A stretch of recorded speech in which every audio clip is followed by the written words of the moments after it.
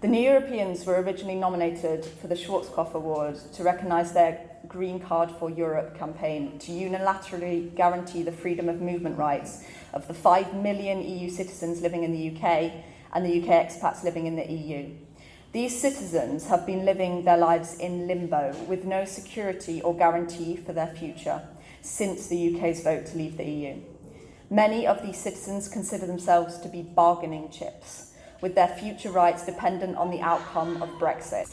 The fact that nearly 3 years later, the shambolic mess has still not been resolved, but extended, is an utter disgrace.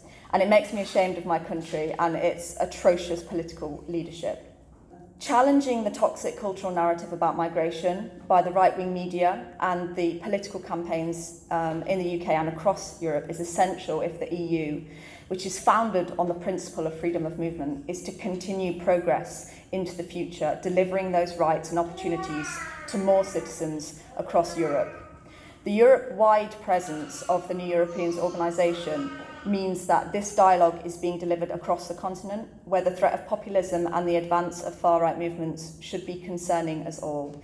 The EU must reflect on Brexit and learn from our mistake, but also accept some responsibility for the situation in the UK, so that it can work to prevent a reoccurrence of Brexit in other member states. And the stakes are gravely high, because the greatest achievement of the EU is that we have learned to forgive each other, and this has brought peace to our continent.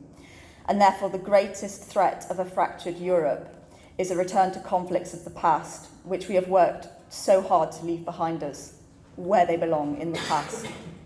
The work of organisations and individuals who influence the narrative about Europe from the outside should be prized and celebrated for their achievements in leading this positive vision for the future of Europe. And this is why we are all honoured to be here today to celebrate the New Europeans' work being recognised by the Schwarzkopf Europe Award.